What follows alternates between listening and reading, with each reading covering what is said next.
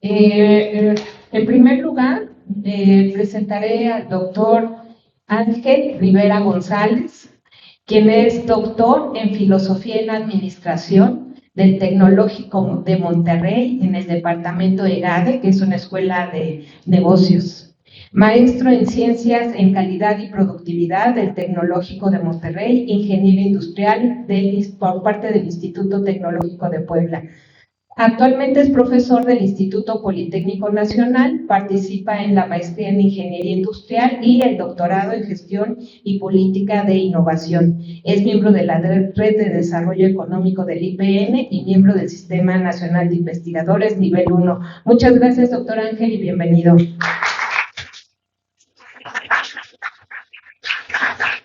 También tenemos en orden consecutivo, no voy a presentar primero a las mujeres, en orden consecutivo tenemos al doctor Eduardo Robles Belmont, investigador titular en el Laboratorio de Redes del Departamento de Modelación Matemática de Sistemas Sociales de IMAS, del Instituto de Investigaciones Matemáticas Aplicadas y Sistemas de la UNAM, también miembro del Sistema Nacional de Investigadores Nivel 1, y su investigación se centra sobre la producción de nuevos indicadores de la ciencia y la tecnología, la emergencia y desarrollo de nuevas ciencias y tecnologías y sus relaciones con la sociedad, así como la teoría y metodología de análisis de redes sociales y la visualización de datos. Muchas gracias, doctor Eduardo, bienvenido.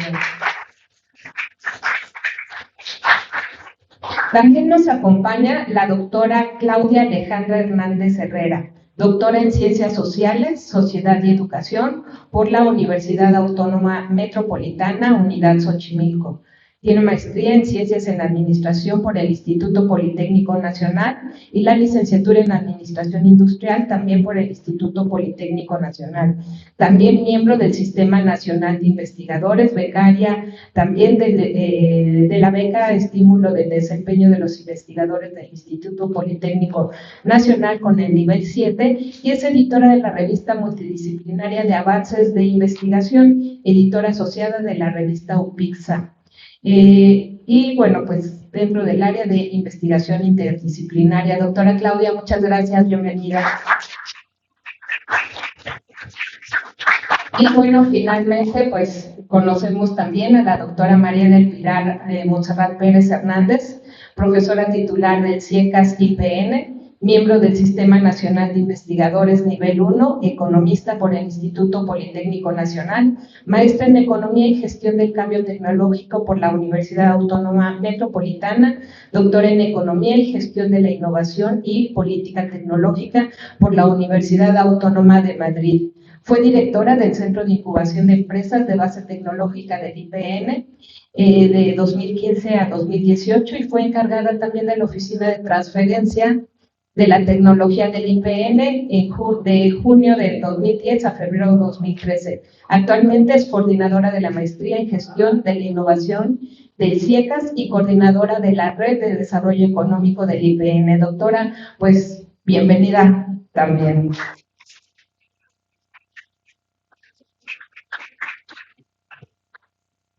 En muchas ocasiones, cuando estamos estudiando, también soy doctora en Ciencias Políticas y Sociales por la UNAM, también nivel 1, y bueno, en ese sentido me permito compartir que en muchas ocasiones cuando estamos estudiando el doctorado, pensamos que nosotros somos los únicos raros, que venimos tal vez de otro universo, que venimos tal vez que somos los extraterrestres, porque generalmente vemos a nuestros profesores, a nuestros compañeros y decimos, ellos no tienen ningún problema, son casi perfectos, ¿no?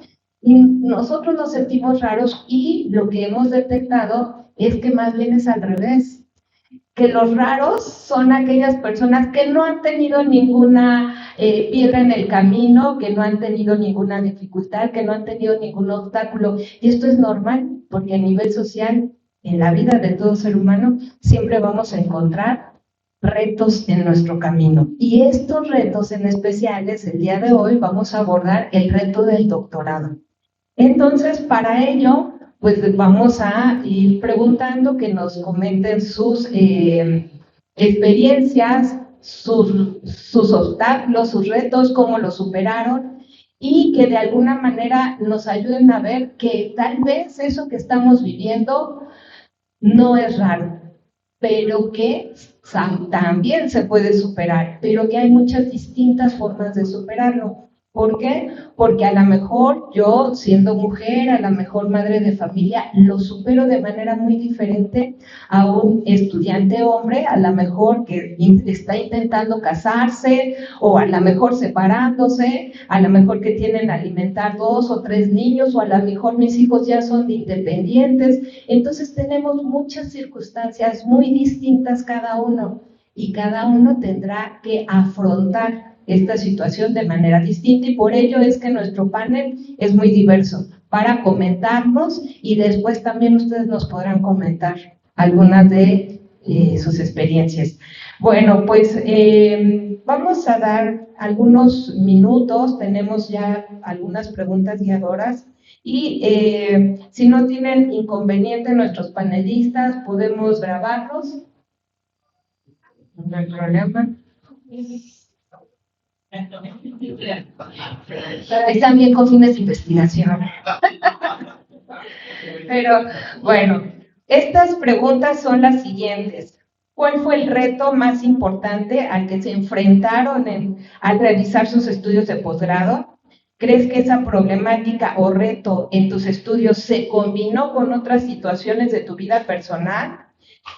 ¿Cuál era tu estado emocional y la valoración personal social que sentías tú mismo ante dicha frustración, ansiedad o la pérdida de algún beneficio esperado durante este reto del doctorado? Y finalmente, ¿cómo sorteaste o superaste esta dificultad? Todos son doctores, todos son miembros del Sistema Nacional de Investigadores, todos lo superaron. Entonces, que nos comenten qué fue lo que hicieron. La fórmula mágica quisiéramos tenerla, pero de antemano sabemos que no existe. Para empezar, comentaremos de que no se vale interrumpir. Ustedes tendrán su tiempo para hacer preguntas.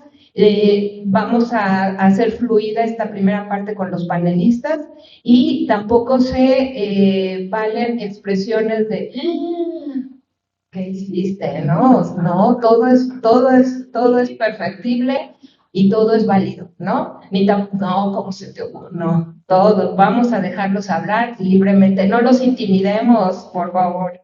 Y bueno, pues aproximadamente tendrá cada panelista 15 minutos para abordar estas 4 preguntas. Si ustedes gustan, podemos ir mencionando alguna pregunta si se atora, pero bueno, les dejamos los 15 minutos. Y bueno, para iniciaremos con la doctora Pilar Monserrat, a quien le cedemos el micrófono. Muchas gracias, doctora.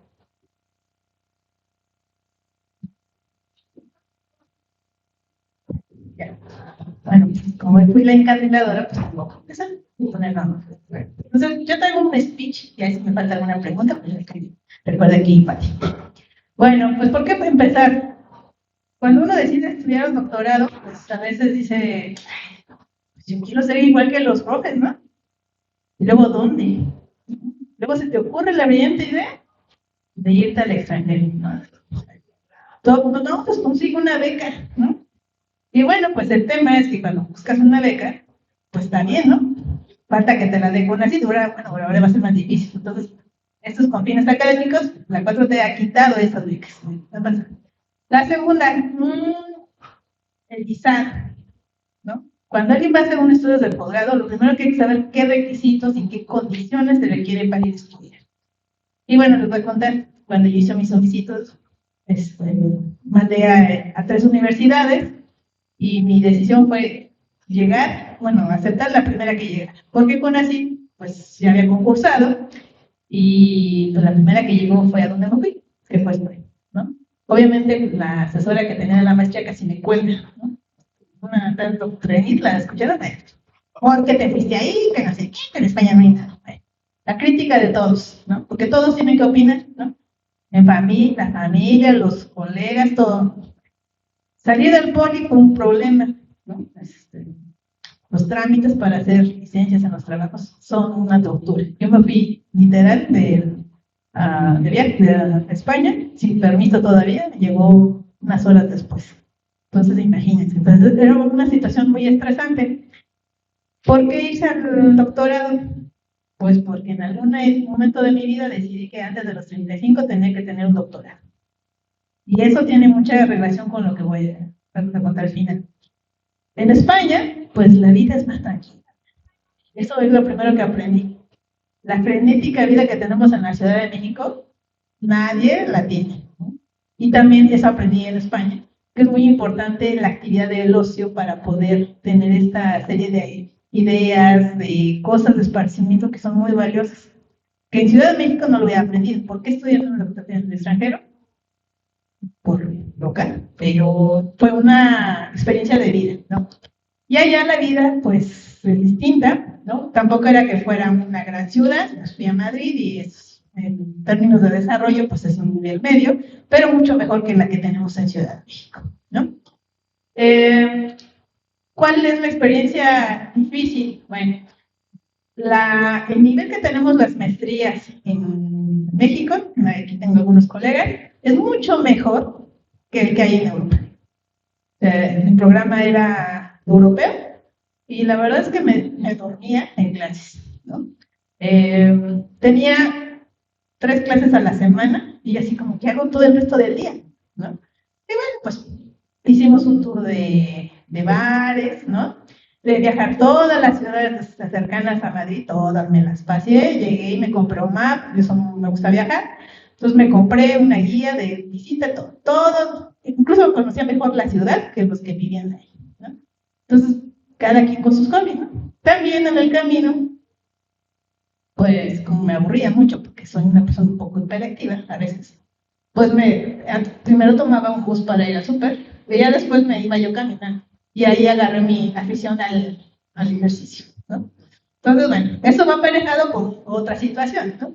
Pues estaba ansiosa, ¿no? Era la primera vez que salía de mi casa y, bueno, pues eso de destetarse de la familia, pues no es sencillo. Mi mamá me resolvía muchas cosas, aunque yo lo pagara, pero ella lo hacía, ¿no? Entonces es un cambio de vida total, ¿no? Probablemente ustedes dicen, ay, pues es que se fue bien tarde, ¿no? Pero la verdad es que era una situación, por eso empecé yo, porque yo siento que soy la menos sólida de las historias que vamos a contar el día de hoy. Sin embargo, el problema que yo tuve, ¿no? ¿Cuál fue el desafío? Que es la primera pregunta, fue primero encontrar. Yo fui porque este programa tenía un profesor que yo quería, se llama Antonio Vázquez Barquero. Yo quería estudiar con él, yo lo había visto en unas conferencias y bueno, uno se pone y hasta que lo logra, ¿no? Entonces, bueno, convencí al doctor Vázquez, un personaje, se dedica mucho a esta parte del desarrollo endógeno, por eso fui, ¿no? Entonces, esa es la importancia, comentábamos en la comida, de tener una relación muy fuerte con tu asesor, porque de lo contrario no sabes, esa es la realidad, ¿no? Les voy a contar, bueno, cuando hice casting, ¿no? Ya así se usa, casting para buscar vivienda, casting para buscar asesor, ¿no? Así es un proceso competitivo, ¿no? Pues les voy a contar por qué, con el casting de la vivienda. Y bueno, don Antonio me aceptó, ¿no? Le pregunté más o menos el tema y dijo, está interesante. Y pues, ¿cómo que tienes idea? ¿No? Ya me aceptó. Y bueno, después terminé mis cursos y me regresé a México. ¿Por qué? Pues porque había dejado al novio, estaba yo deprimida, estaba gastando más dinero del que ganaba. Ahorita les cuento lo de la licencia. Aunque gané una beca de CONACYT, y yo declaré que trabajaba en el poli, pues que creen que CONACYT nada más venía el complemento. Pero yo no ganaba en euros, ¿no? Entonces ya saben, la economista, no. Si en España me cuesta 400 euros la renta, pues mejor me voy a mi casa y no pago renta, ¿no? Ya saben. Entonces, bueno, yo me vengo para acá, pues 2 años, a hacer la investigación y viene la pandemia. La pandemia de la influenza. Ya ven que esto de las pandemias ya tenemos un rato. Entonces, bueno, fue un problema la recolección en campo. O sea, si alguien sabe lo difícil que es y luego en el Bajío, ya ven que también en el Bajío hubo un problema muy serio, que estaban todo cerrado. Y bueno, pues hacer la investigación así fue complicado. Y ya no voy a hacer cuánto más largo, porque ese tiempo que yo regresé del doctorado, estuve deprimida. porque obviamente pues rompí mi relación con la persona con la que andaba a distancia. Bueno, ¿a quién se le ocurre que a distancia van a funcionar las relaciones? Obviamente estaba saturada porque no avanzaba en el marco teórico. Sí, yo los muelo mucho a mis alumnos con el marco teórico, por eso, porque el marco teórico no sale a la primera, y quien lo diga, pues que nos cuente cómo, ¿no? Entonces, el marco teórico era un problema complejo que iba a analizar, mis asesores me agarraban todavía como era, y bueno, estoy a punto de abandonar el doctorado, es la realidad, pero además yo tenía el patrocinio del poli, no podía hacerlo, porque ahora en ese tiempo, ya en el poli te cobraban, ¿no? Si te daban la licencia, te la cobraban, te descontaban del sueldo, entonces tampoco era una situación que dijeras, ay, que pues no puedo dar el lujo de abandonarla, ¿no? Entonces, bueno, pues no hubo, en ese tiempo en ICECAS había un problema de profesores y me dijeron, oye, pues si estás aquí, su director que teníamos en ICECAS, ¿por qué no te vienes a dar clases? Estás aburrida en tu casa, vente a dar clases. Y yo la verdad iba, bueno, pues sí, ¿qué hago aquí? Ya me conocen como soy hiperactiva. Y entonces, bueno, pues no sé el cuento largo, luego me ofrecen, oye, ¿por qué no te quieres ir a la oficina de transferencia? Y digo, mira, eso sí está padre. Ya me había dado algunos cursos allá, pues algo había aprendido a estar en España, estar ocupada. Y bueno, llegué a la oficina de transferencia. Pero ¿qué creen? La tesis ahí guardada. Y el marco teórico ni salía, tenía los datos ahí parados, sin analizar. La tesis era un caos, esa es la realidad. Díganme de tiempo, porque no puedo ir muy larga. Cuando llegamos a 5 bueno. Y bueno, llegamos, imagínense, yo inicié en octubre del 2006, yo me gradué hasta 2011, ¿no? Noviembre. Y me graduó porque ya iba a cumplir 35 años. Pero además, era una cuestión que yo no lo había fijado. O sea, a mí nadie me tiene que presionar. Y el día que yo me presiono, lo mando a o sea, y solita yo me presiono, ¿no? Ya después les contaré por qué pasó eso. Pero bueno, pues decidí que, bueno, tampoco es que uno lo decida en ese momento, ¿no? Cuando voy a la oficina de transferencia tenía un jefe que era muy, es decano de psique, es una muy fina persona, pero pues eso de innovación no le entraba nada, ¿no? Y luego transferencia, ¿qué es eso? ¿Cómo crees que vas a cobrar? Pues sí, yo voy a cobrar porque pagar tecnología, ¿no? Después de, no les puedo decir, incontables momentos de explicarles qué significaba, cómo era hacer negocios en tecnología, pero además de dar clases, porque tuve que dar, o sea, seguía con el, pues yo había querido un compromiso en ICECAS, yo sabía que esa plaza que yo tenía, pues era importante en el centro porque apenas estaba formando ese programa. Entonces, bueno, pues les voy a contar que de repente, pues ya uno se harta en la vida de estar dando tantos tumbos y decir, bueno, dedicarle todo el tiempo disponible. Me levantaba a las 4 de la mañana y me iba a las 7 de casa a llegar a mi oficina. En cuanto regresaba, ponerme todavía a trabajar, fines de semana, vacaciones, sin ir a fiestas ni nada, y la gente pensaba que estaba yo loca. Pero créanme que después de acabar mi primer borrador, ya me pude quitar un peso de encima, ¿no? Pero el borrador es tan sencillo, ¿no? Pienso que voy a cubrir todo sin tantas preguntas. Y bueno, resulta que ese borrador, a veces les he contado a mis alumnos, me llega el primer comentario de don Antonio. Sí, es don Antonio, ¿no? Un profesor en el destino europeo, ¿no? Que tiene la calidad moral de decirle, bueno, me da mucho gusto, le veo que le has dejado, pero flores, ¿no? Y después 5 páginas de 63 comentarios que tardé más de una semana en volver a leer. Destrozada, esa es la palabra. Entonces, cuando digan que un comité es difícil, pues sí, jóvenes, porque nosotros tenemos que aprender a ser humildes y reconocer que nos venimos a aprender. Y entonces un doctorado, entre mis colegas, pues uno aprende así. Obviamente, pues para alguien que se sentía que ella dominaba las materias que le daban en la maestría, pues me tuvieron que enseñar, esa es la realidad. Después del primer borrador, les digo, bueno, primero la leí completa. Uno tiene esas etapas de llanto y de ansiedad y frustración. Dices, ¿qué he hecho? 4 años de mi vida perdidos ahí. Después de 15 días, pues decidí irme, ponerme a trabajar y en menos de 3 meses salió el borrador de tesis. Las formas en que uno sale son muchas. A mí me ayudó muchísimo el dar clases. Todos los días enseñarles gestión de la tecnología o medios o indicadores, no saben entonces. Pero bueno, ya tendré. Pero más aún, que todos los días tenías que enfrentarte y enseñarles a la gente cómo era lo que, en forma empírica, lo que tú veías en libros, yo creo que fue lo que más me ayudó. Y bueno, yo creo que hasta ahí lo voy a dejar. Insisto, no saben los caminos que hay. El yoga lo descubrí hasta que después de graduarme, ¿no? No podía dormir, nunca resolví ese tema emocional y tuve que ir a terapia. Llevo 5 años en terapia. Ya fluyo más, ya hago más cosas, ¿no? Pero también acepté, ¿no? Y uno a veces es muy duro consigo mismo. Con eso quiero cerrar. Uno tiene que darse la oportunidad de aprender en todos los sentidos, ¿no? Que vas a aprender a superar cosas y hay cosas que no, y asumirlas, ¿no? Y si necesitan ayuda, siempre hay manera de buscar. Pero es importante que uno encuentre a otros y que comparta. Y bueno, eso es. Gracias. Nos quedan 2 minutos. Nos quedan 2 minutos, doctora. Preguntarte lo siguiente: ¿consideras que tu autoconcepto antes, durante esa parte difícil del doctorado, cambió cuando alcanzaste el doctorado? Lo vi como una carrera de caballos, ¿no? O sea, tú vas y sabes que tienes que ganar. Pero la verdad no lo disfrutas igual. A mí me pasó cuando terminé el doctorado, y yo, ¿a dónde iba?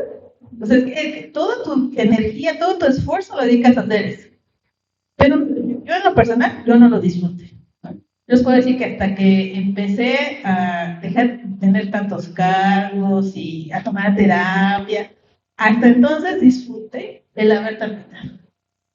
Uno puede, hay que hacer puntitas, pues sí, esas cosas pasan, ¿no? Pero lo importante es que uno se sienta a gusto con lo que hizo. Yo les puedo decir que no hubiera terminado el doctorado si no hubiera agarrado esas posiciones donde tuve que aplicar todo lo que tenía que en la teoría, ¿no? Entonces, yo creo que es una oportunidad para todos el hecho de darse el tiempo. Hace rato platicaba con alguno de ustedes, es importante tomarse esos momentos, ¿no? Les digo, yo aprendí eso un poco a fuerzas en España porque el ritmo es muy distinto. Ay, la siesta, no sabes, esa es la onda, no pudiste mucho mejor.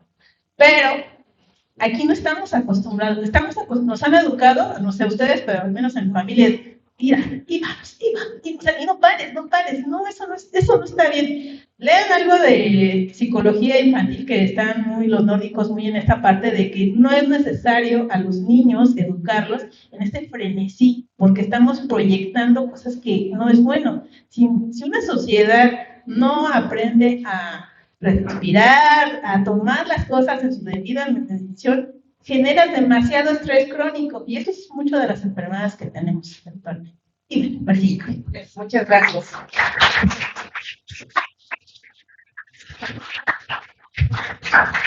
Y bueno, como decíamos, no es una situación formal. La idea es que cada quien de nuestros panelistas diga: yo quiero ahora continuar. ¿Con quién seguimos? Adelante, doctor Eduardo. Hola, bueno, retomando lo de la siesta, es importante. Y le comentaba a Ángel que yo sigo haciendo la siesta en el máster, que tengo un sillón y siesta, y es algo que, dado que totalmente se me por así en Inglaterra, en Estados Unidos, y lo hago, me va muy bien, ¿no? Hoy no he hecho siesta, vengo del de estaba en el Limas, y siento que me hace falta mi siesta de hoy. Pero al rato tengo cita en una cantina, entonces eso va a equilibrar. ¿Perdón? Al rato se arregla. Sí. A ver, sí, cuando yo hice el doctorado, yo vengo de una familia de empresarios. Desde pequeño siempre fui muy estudioso. Crecí en un ambiente donde había libros en la casa que nadie leía, ¿no? Había libros. Y de ahí vengo, Me voy a Europa, siguiendo el amor, ¿no? Ahorita venía el camino con Alenka Guzmán, ha contado una historia de su hijo y el vino, y el mensaje que su hijo intentó casarse como 5 veces, no me equivoco, y me pasó algo similar. Y acabé en Europa, acabé trabajando ya en la industria espacial, y después en la industria automotriz, y a mí me pagaban como ingeniero, no como técnico, sino ingeniero, y pues más bien iba haciendo una historia para hacer el mismo salario, y de allí conozco a mi director de tesis, químico, biólogo, sociólogo, no sé qué, y él es quien me convence de hacer el doctorado después de la maestría. Allí conocí también a un físico de UNAM, que estaba en Paul Sabatier en Francia, y él me habla de las becas en Brasil. La beca y se la beca, y yo, porque ya tenía yo el francés, porque llegando a Francia, llego, la familia de mi compañera es la familia que vive intelectual, su padre es escritor, su familia es científico americano, y así, ¿no? Todos maestros, entonces un ambiente académico. Y ahí viene la primera dificultad, ¿no? Venir de un ambiente industrial, un ambiente académico, cambiar, moverse en la ambiente de la comunidad, hay prácticas políticas diferentes. Y eso fue la primera dificultad que tuve. Yo estudié en Pixar, tecnología industrial y de hecho, en Poli, que es diferente como estás haciendo estas actividades, ¿no? Entonces yo vengo del Politécnico, igual con nuestras prácticas, politécnicas, ¿no? Y llego a una universidad europea, el Politécnico de Ciencias Matemáticas Aplicadas, escuela de élite, muy cercana a la industria, y ahí comienzo yo a conocer lo que es el área de la sociología, de la antropología.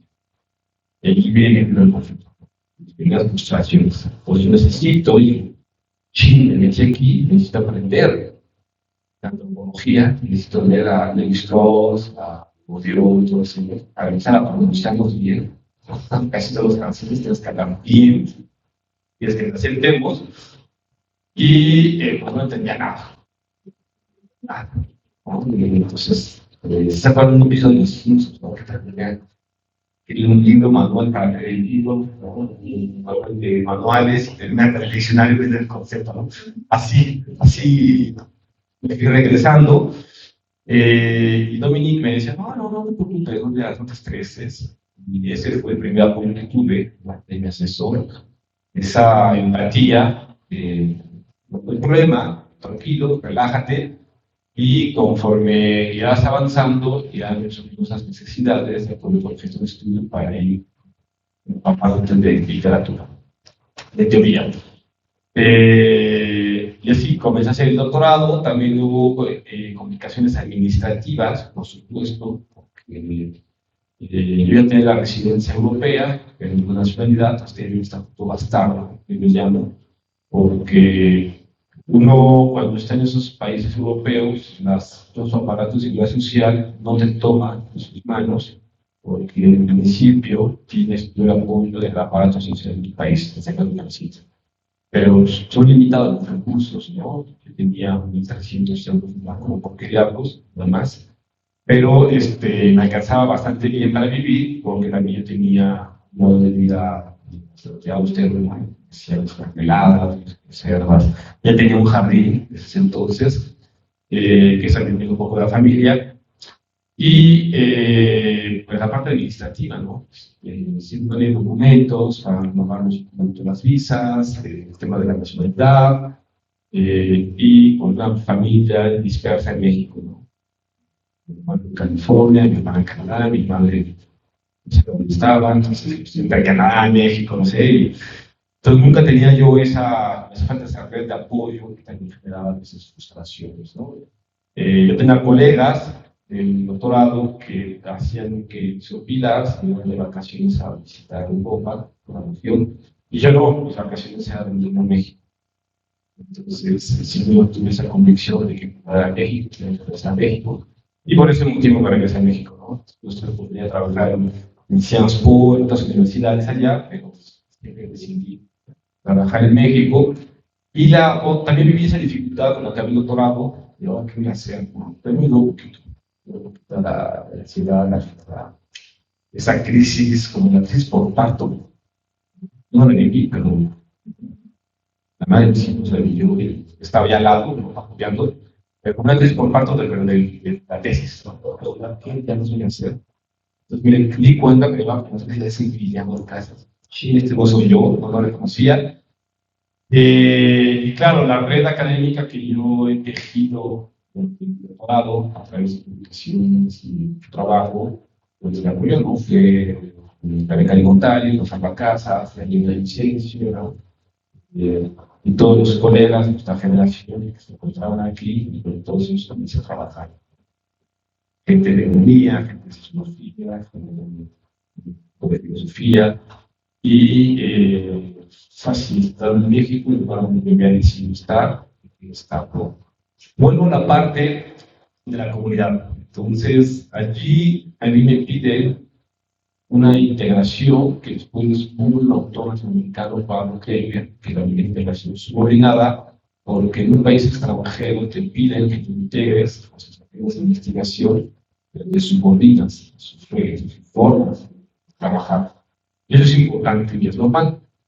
Después, cuando nosotros regresamos a México, cuando nos hicimos que el Estado, prácticamente yo no, sus colegas hicieron la colega, sí, fue que hubo, llegó a Lenca, perdida, enojada, en la edición de esta edición de la sala, y a echarle los descargas más, la pobre chica. Entonces, con eso quiero decir de que hay frustraciones, aprendemos de ellas, las logramos sortear con la literatura, con el apoyo, los directores de tesis son muy importantes, pero también los otros estudiantes que están con ese tipo de tesis, nuestros colegas, ¿no? La camaradería que se genera entre ustedes es muy importante. Siempre observar lo que ellos hacen. Nosotros tenemos un principio y es de que nadie es tonto. Entonces, unas reuniones que teníamos súper largas, de 3 horas en la mañana y 4 horas en la tarde, nos todos juntos, que es una práctica social para el político social y todo el doctorado, teníamos aquí un redoble. Allí era hacer preguntas muy tontas que pensábamos que fueran a hacerlas. En ocasiones traíamos dudas muy tontas, pero se nos adelantaba el agua. Empezaba 3 meses antes de responder. Y eso era muy útil como principio, porque generaba un ambiente muy amigable, ¿no? Una onda para trabajar. Con muy estricto. Estábamos en la Web Prime, que es una promoción, no pensando más en matar que puta bien hecho, súper estricto, la Web Prime es de los más estrictos de Benzam. Y había una guerra entre los economistas y los sociólogos. Pues hacemos jornadas cada 6 meses y en una mesa redonda nos sentábamos así, los sociólogos cerrados, los economistas en otro lado, con mesas mezclados. Entonces los economistas comentaban los trabajos de los sociólogos, los distribuían, los sociólogos pues se dedicaban a distribuir los economistas. Así era, ¿no? Entonces, y ahí se ven muchas frustraciones sobre el marco teórico, la metodología, los datos, ¿no?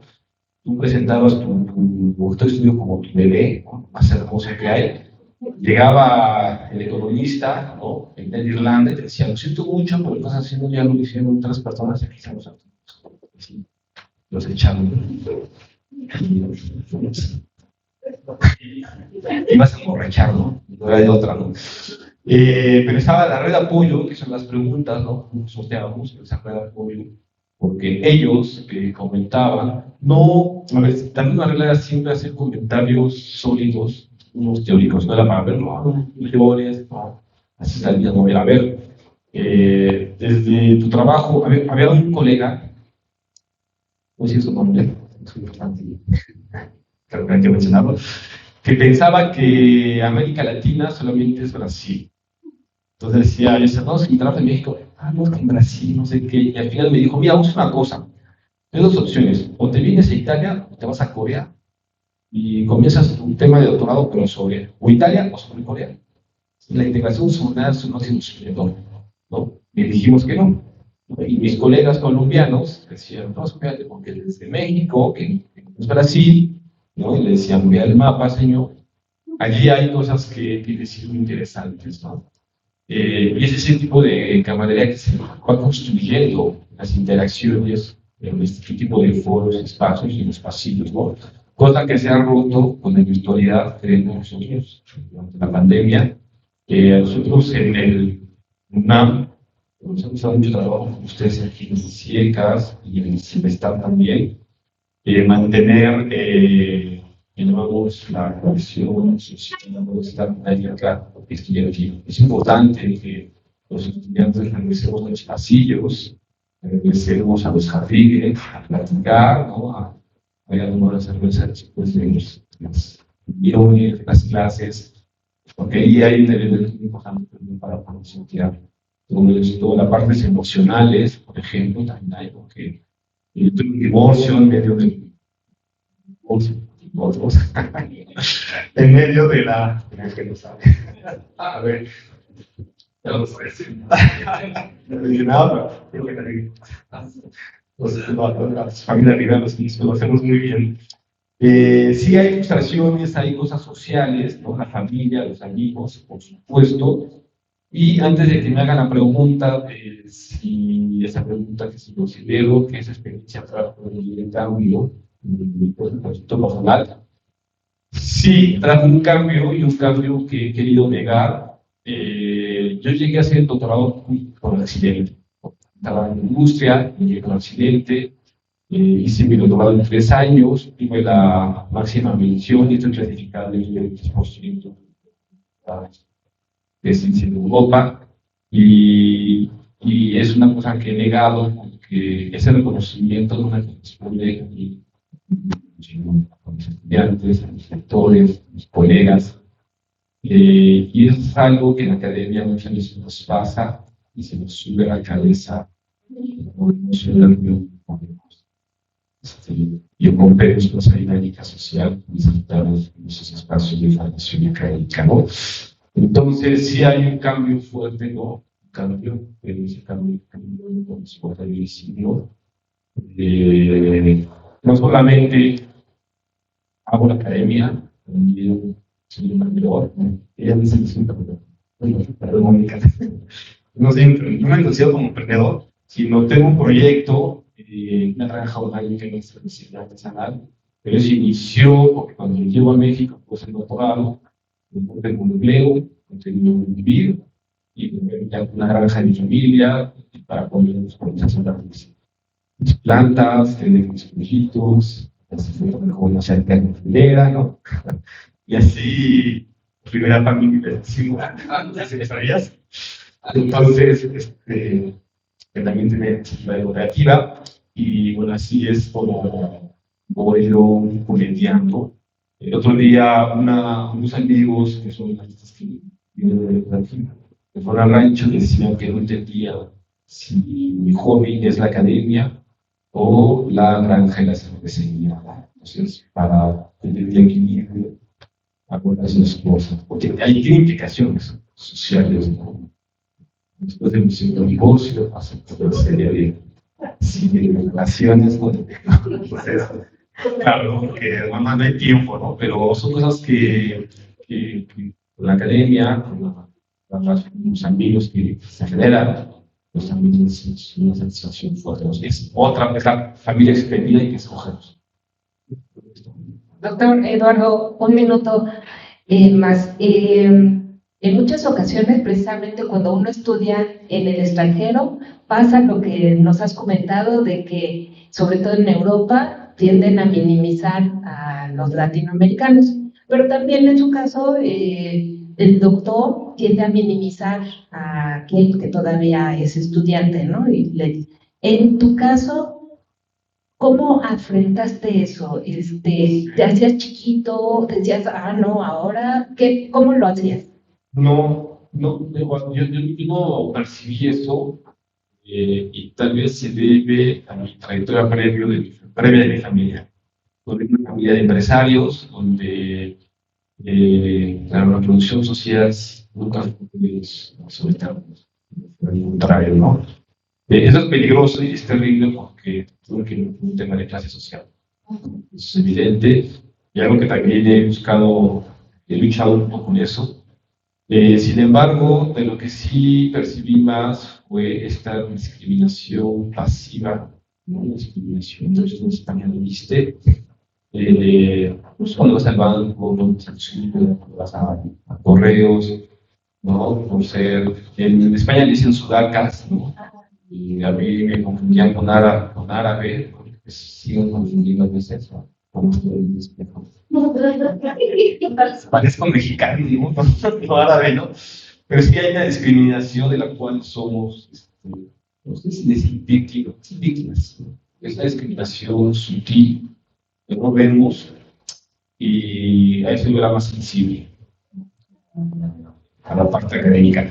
Para la parte académica sí yo le vivía con la gente de Prime, ¿no? Pero en mi círculo cerrado en la academia, con Yunglan y Shamarramani, y sobre todo la gente que estamos del IRB trabajando también, Exos, es gente que tiene mucho contacto con el sur y es gente que invita a ese tipo de dinámicas, ¿no? Yo no lo viví. Sé que hay otros casos donde sí es muy fuerte y los han tronado los estudiantes en el extranjero. El caso de México, un colega, que es una UAM, igual se regresó, ¿no? El trading lo salvó, pero sí es terrible, ¿no? A veces vivimos esa academia.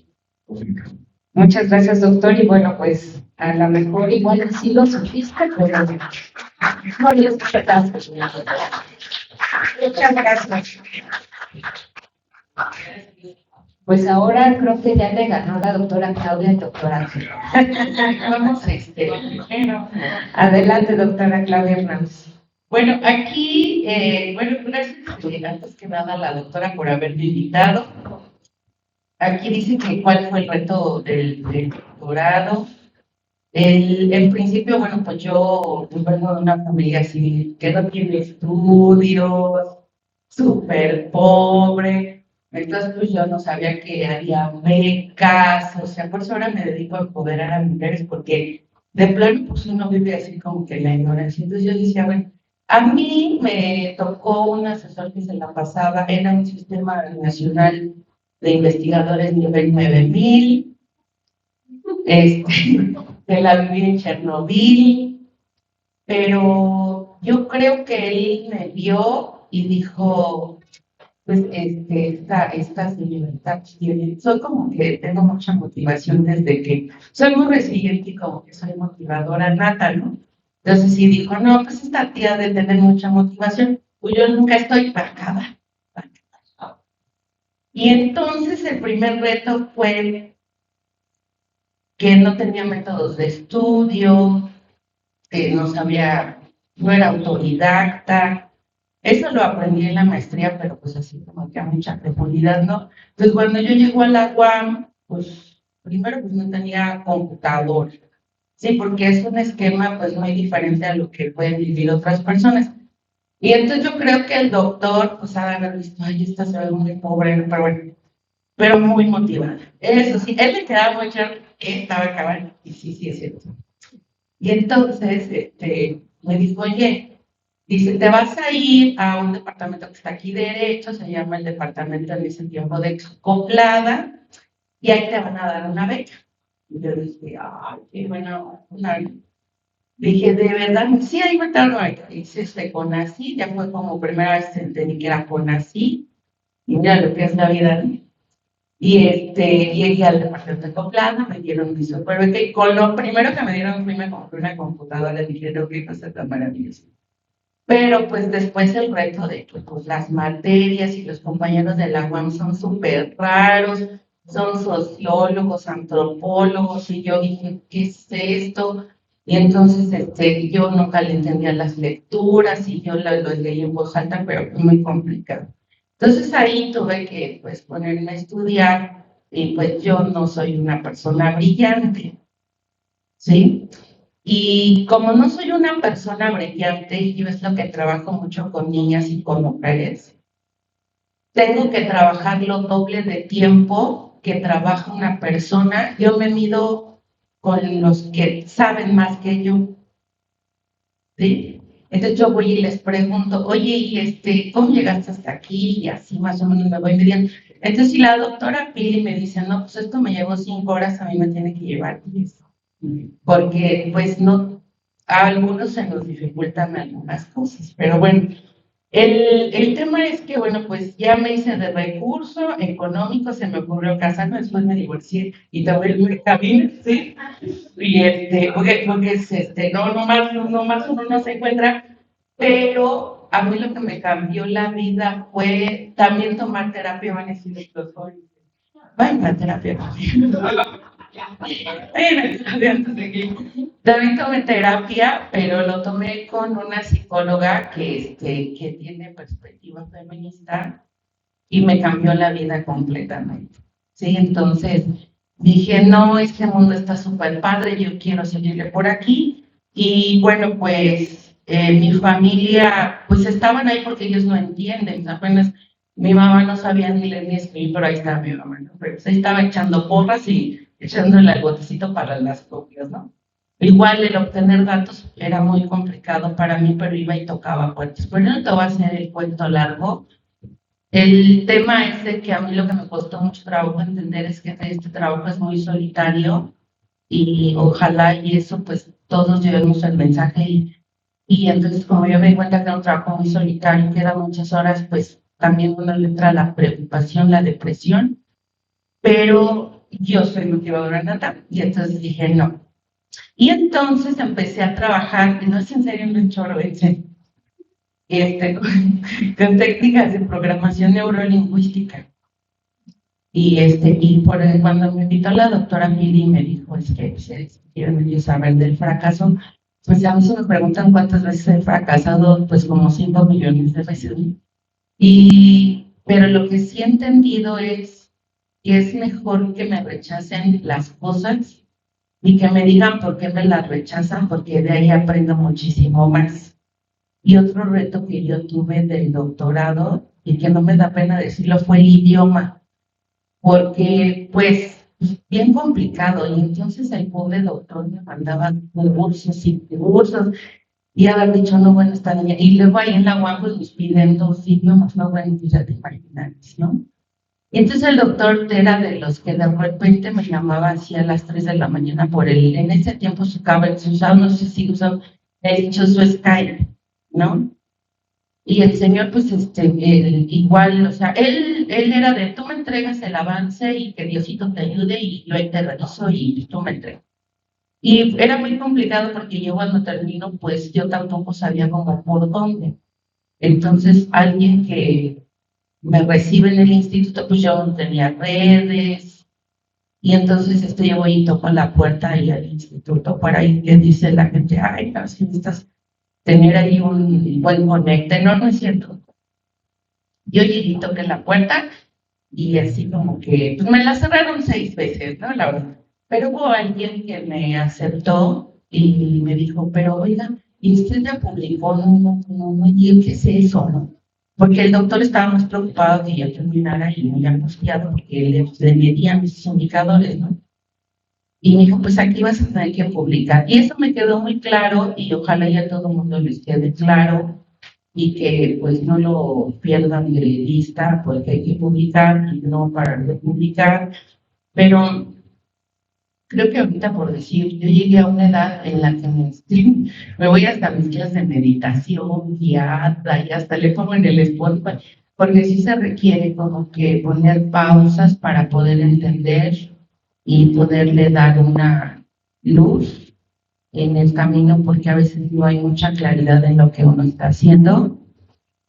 Pero yo creo que el haber estudiado para mí fue uno de los retos, seguirá siendo uno de los retos más importantes de toda mi vida. Y lo volvería a hacer y lo voy a volver a hacer las veces que sean necesarias, porque mi personalidad es así. O sea, constantemente necesito tener algo que hacer por mi, tal vez un tema de hiperactividad. Si yo me chocho para dormir, pero también los necesito para despertar. Entonces, eso ya lo estoy también trabajando, pero a lo que vamos no es de que pues todos van a terminar así, compañeros. Yo creo que sí, si uno busca un acompañamiento adecuado, si lo habla mucho con los colegas, de repente uno se encuentra gente muy amable, eso ayuda bastante, pero sí, yo me dedico a eso, empoderar mujeres con el enfoque feminista, las pongo a estudiar, les digo que si conocen CONACYT, me voy a las primarias públicas, me visto de princesa y les explico así las grandes científicas y las... Yo creo que ellas pueden soñar desde que son muy pequeñas, ¿no? Y a lo mejor hacerles como que el camino más ligero de lo que a nosotros nos tocó transitar, ¿no?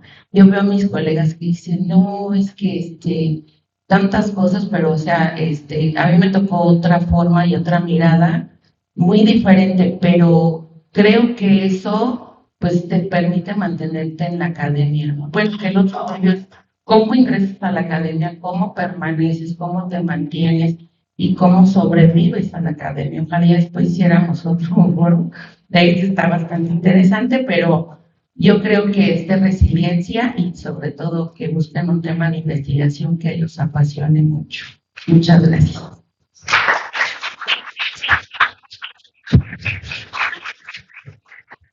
Maestra Claudia, nos sobraron unos minutitos, entonces vamos a aprovechar. Evidentemente hablas mucho de resiliencia, ¿no? Pero a la vez, esas metas las tenías de una vez y para siempre, conforme vas avanzando, te las vas planteando, conforme las tienes, te pones nuevas metas o a lo mejor tienes una meta y dices, no, esta no, mejor la borro, la quito y busco otra. ¿Cómo le haces con tus metas? Bien, compañeros, bien importante, no puede pasar un día sin que ustedes no escriban un párrafo. Entonces yo así le hago, ¿no? Entonces digo, hoy tengo que terminar la mitad de las conclusiones. O sea, no es de que yo quiera, no es de que esté motivada, es de que tú agarras, ¿sí? Y te sientas y te amarras a la silla. Sí, a lo mejor me van a decir, ay, qué señora tan...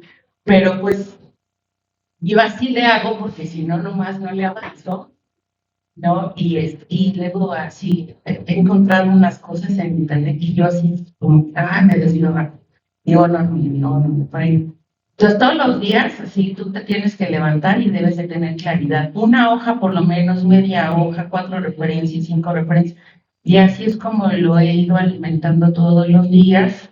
Y bueno, pues yo espero que cada uno de ustedes tenga un plan de trabajo. Compañeros, esto es de constancia y de mucha perseverancia, o sea, no hay de otra. O sea, los doctorados no caen del cielo, ni vienen de Santo Domingo, tiene uno mucho que invertirle muchas horas. Yo cuando leo un artículo, digo, ¿cuántas horas le habrá llevado este investigador a agarrar una muestra de 13,000 personas? Luego una que luego tuve la oportunidad de escribir un artículo con la doctora Pilar y Luis. ¿Y cómo hacerle para tantos y tantos instrumentos? Entonces debes de tener mucha claridad en eso y trabajar mucho en esas metas y sobre todo en tu automotivación. Y aquí no es de que querramos, o sea, es de que lo tienes que hacer, porque no todos los días son buenos. A veces amanecemos bien y de buenas, y a veces no amanecemos ni tan bien y de buenas. Pero aquí donde te pones la prueba es cuando no amaneces bien y de buenas. Ahí es donde aplicas tú tus técnicas de, pues ahora me siento y ahora lo hago. Eso se llama tener la voluntad y tener la iniciativa. Porque si no, pues de los 365 días del año, yo a veces tengo 300 malos, ¿no? Y amanezco de malas o no lo quiero hacer. Y entonces, pues ahí es donde hay que aplicarse bastante. Yo le creo mucho a la programación neurolingüística. Fascinante lo que uno puede hacer con todas las instrucciones que uno trabaja. Y lo sigo haciendo todos los días y me gusta mucho porque es una parte en la que yo tengo que superar mis miedos. y tengo que superar mis deficiencias. Te recuerdo que yo vengo de un sistema escolar pues con muchas deficiencias y entonces a partir de ello las he tenido que trabajar lo doble de tiempo, si no, no hay forma, o sea, no hay forma, ni aunque le beses a tu santito más preciado. Entonces aquí es de sentarte y trabajarlo y leerlo y consultarlo y dialogarlo. Hay ahora inteligencias artificiales que son una maravilla. Yo me pongo a dialogar con esa cosa porque luego pues no encuentro a compañeros para platicar. Pues sí, no es sentar, oye, ¿tú cómo ves? No, pues no hay tiempo.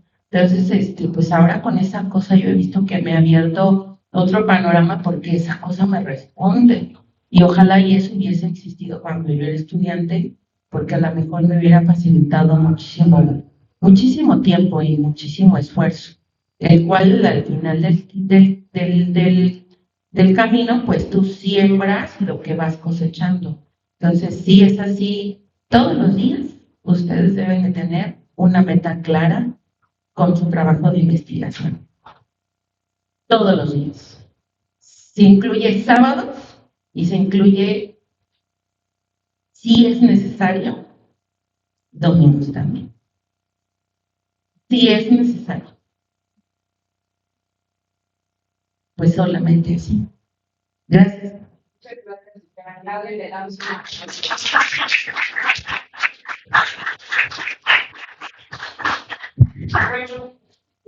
A continuación seguimos con el doctor Ángel Rivera. Adelante, doctor. Muchas gracias. Buenas tardes a todos, compañeros. Eduardo es amigo de mi familia, es buen amigo mío también, y entre otras cosas porque mi hermano Igor, el mayor de mis hermanos, estudió el doctorado en la misma universidad que Eduardo, en Grenoble. Entonces, desde entonces, pues nos hicimos conocidos. Eduardo siempre ha sido muy ameno, ¿no? Muy condescendiente, sumamente inteligente. Entonces, bueno, pues digamos que este es un plus que tiene Eduardo, ¿no? Entonces hay que hacernos amigos de personas como Eduardo. Claudia, yo creo que es una de las personas más, ella dice que no, pero yo sí considero que es una persona sumamente inteligente. Y lo mejor de ella es que siendo así, es sumamente luchona.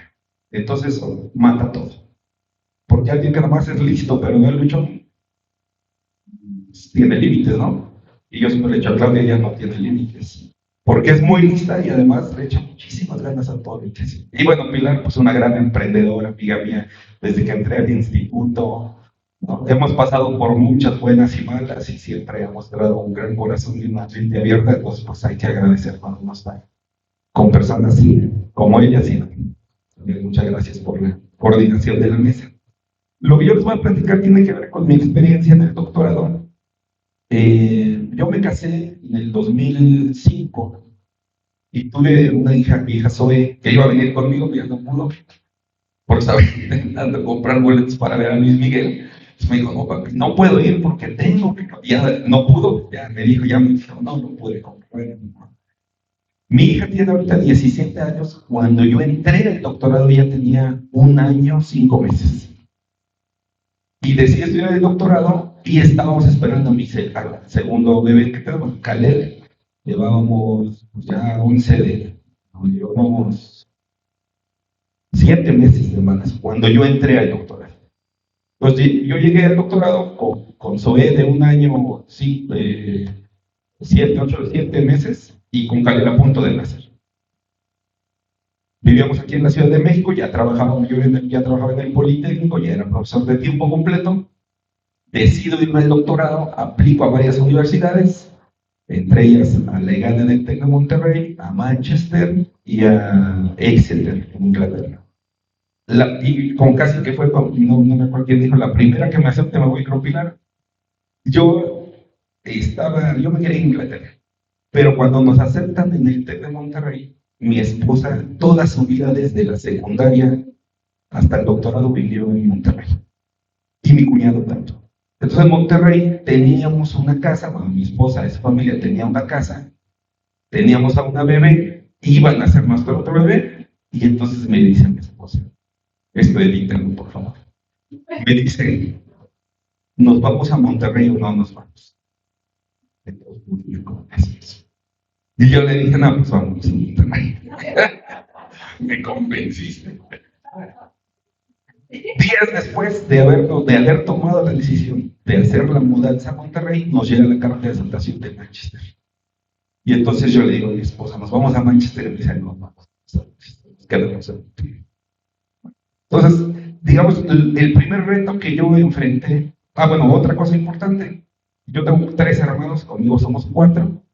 2 de mis hermanos ya habían iniciado, Igor ya casi creo que acababa su doctorado, Gibran, uno menor que yo, estaba ya del doctorado.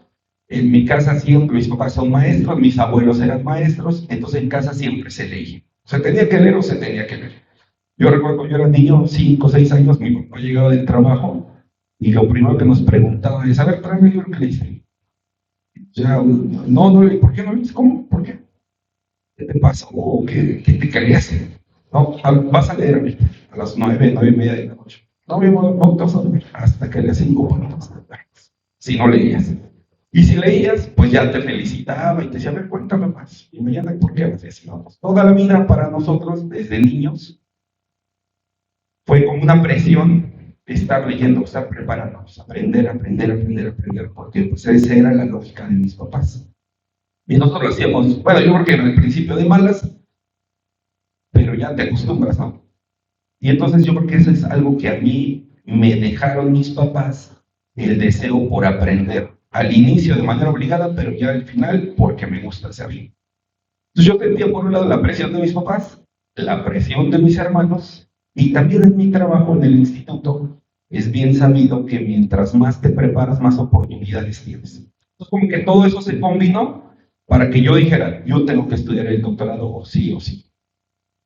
Nos fuimos a Monterrey, estuvimos en Monterrey. El 9 de septiembre nace mi hijo Kalel. Nace, mi esposa es de Nayarit. Mis 2 hijos nacieron en Nayarit. Yo le dije, váyase a Monterrey. No, yo voy a tener a Kalel en Nayarit.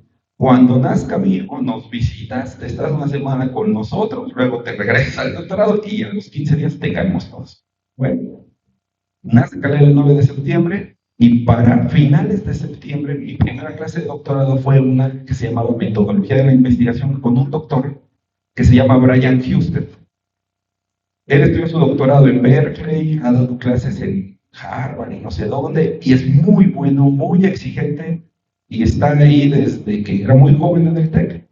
Por cuestiones de la vida quedó en México y sigue siendo exigente. Si pasas ese filtro, es como antes del predoctoral, es pasar con Houston la materia.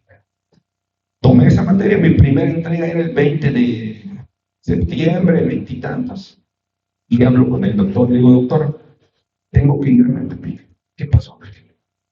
Además, su clase es en inglés. Todo el tiempo era inglés. Otro reto para mí. Yo sí llevaba el inglés, sí lo había estudiado, pero ya hablarlo con un nativo y con 8 personas, 4 nativas y 4 no, ya es otra cosa. Entonces me toca hablar en inglés todo el tiempo con él. Medio le entendía qué me decía, pero ya en español lo que me estaba diciendo era, entiendo que tú tengas que ir, pero tu proyecto lo debes entregar o lo debes entregar. Sí, está bien. Me voy a que nazca mi hijo, estoy allá una semana, regreso, le mando desde allá mi trabajo y cuando regreso me llama a su oficina el doctor y usted me dice, pues no, sí, llego a su oficina y me dice, Ángel, yo creo que tú eres una persona inteligente, me dijo, pero creo que estás en una encrucijada de vida. Tienes que decidir. O es tu familia o es el doctorado. Porque lo que me entregaste tiene una calificación de 5 y vale el 30% de tu calificación final. Entonces creo que estás a buen momento de que no nos hagas perder el tiempo a ninguno y de que tú tampoco lo pierdas. Decide, piénsalo, una semana vienes a mi oficina, platicamos. Anabela Dávila, que era la coordinadora del programa doctoral, es mi amiga, hablamos con ella, no hay problema. Piénsalo. Y entonces se fue un golpe muy duro para mí, porque yo estaba con la ilusión de ser papá de mi segundo hijo, muy entusiasmado porque ya teníamos la mudanza, ya teníamos la casa, ya estaba todo, y el doctor Houston me dijo, pues creo que sí está bien, pero no, pues decide uno más. Yo hablo con mi esposa, ahora que sigue siendo mi esposa, yo no me he divorciado. No está mal divorciarse, pero tampoco está mal seguir casado, ¿verdad? Cada quien son situaciones de la vida. Pues yo hablo con mi esposa y ¿sabes qué? Me pasó esto. Y yo la verdad es que no quiero, bueno, lo primero, no quiero cambiar a mi familia por mi doctorado. Pero tampoco quiero dejar el doctorado. Entonces tengo un problema. Y entonces mi esposa ahora, sin mucho titubeo, me dijo, no te preocupes. Tú dedícate al doctorado, yo voy a cuidar a mis hijos y así nos vamos. Y cuando ya yo no aguante, te digo y vemos qué hacemos. ¿Ven? Aguantó todo el doctorado, cosa que yo le agradezco al terreno, ¿no? Porque si no, yo no pude haber hecho eso. Entonces, para mí, la primera red de apoyo que tuve fue mi esposa. Sin ella yo no estaría aquí, sin ella yo no hubiera hecho nada, ¿no? Eso para mí fue fundamental. Bueno, paso la materia con Houston, me salvé, me pone 8.5 de calificación final. Hoy le agradezco y me dice, no me tienes que agradecer. Nos tenemos que ver en tus revisiones del comité y yo voy a estar en todos. Aunque no se apruebe tu comité, yo voy a estar ahí. Porque tú lo haces bien o no lo haces. Como no me hiciste caso y decidiste tener las dos cosas, tu familia y el doctorado, ahora me voy a asegurar que no hagas bien. En el que me toca a mí evaluar. El otro es tu problema. Y entonces entraba cada semestre a mis comités. No era parte de mi comité, pero todos sentados ahí y le daban la mano y ¿por qué hiciste eso? ¿Por qué esto? Bueno, fui sorteando el asunto. Los primeros 2 años me fue muy bien, no tuve problema. En el instituto yo era profesor de tiempo completo, nos dan una licencia con goce de sueldo. En el tercer año del doctorado, yo me fui a estudiar el doctorado con la licencia, con goce de sueldo y con una beca que me otorgó el TEC de Monterrey. Hice un examen y por haber salido muy bien en ese examen, entonces en lugar de aplicar al CONACYT, yo no apliqué al CONACYT, había unas cátedras de investigación, se llamaban, y ellos te daban mantenimiento, ¿no? Mantenimiento y colegiatura. Entonces yo tenía lo que me daba el TEC, lo que me daba el POLI, y con eso me mantenía. Llego a mi tercer año, estoy intentando renovar la licencia con goce de sueldo en el POLI, y desde aquí al Politécnico me dicen, ¿saben qué, doctor? No, ¿sabes qué, maestro? Todavía no era doctor, vas muy atrasado y creemos que no vas a terminar, entra el comité de evaluación, no sé qué, y entonces tienes que regresarte al POLI. O tienes que pedir una licencia sin goce de sueldo, pagarnos todo lo que tenemos. Al mes yo presentaba mi examen predoctoral. A los 15 días, mi director de tesis asignado, el doctor Carlos Schell, se iba de estancia de investigación a Austria. Y entonces llegó un momento del doctorado que mi esposa ya no podía con mis hijos, que yo iba a quedar sin director de tesis, que no tenía lo del poli y que era el predoctoral. Y entonces ya yo estaba, ahí sí, la pensé mucho. Y dije, no, esta es la prueba. O es ahorita o no va a ser nunca. Y entonces, ahí yo me empecé a levantar a las 4 de la mañana, todos esos. De 4 a 7, leía, trabajaba, de 7 a 8, a 9 estaba con mis hijos, con mi esposa, a las 9 me iba, hasta las 11 de la noche. Así, de 2 meses más o menos. Ese fue un gran reto para mí. Yo creo que, bueno, sí, le dediqué mucho tiempo, mucho esfuerzo. Mi esposa me apoyó mucho. Al final lo superé. Mi director de tesis, cuando se va, me dice: búscate otro director de tesis, porque un segundo director, yo que la verdad estoy muy ocupado, no va a tener tiempo, pero alguien tendrá. Entonces me ocurre, en mi tema de administración del conocimiento, hablar con el doctor Javier Carrillo, que era el experto en el TEC y en México sobre ese tema. Y me dice el doctor: sí, mándame tu protocolo, y lo revisé. A los 4 días me cita. Dice: mira, Ángel, ya lo revisé, me gusta, pero tienes que ser coherente en tus ideas y alinear tu pensamiento. Tienes 2 semanas para entregarme otro documento mejor que así. Pues otra vez que me clava.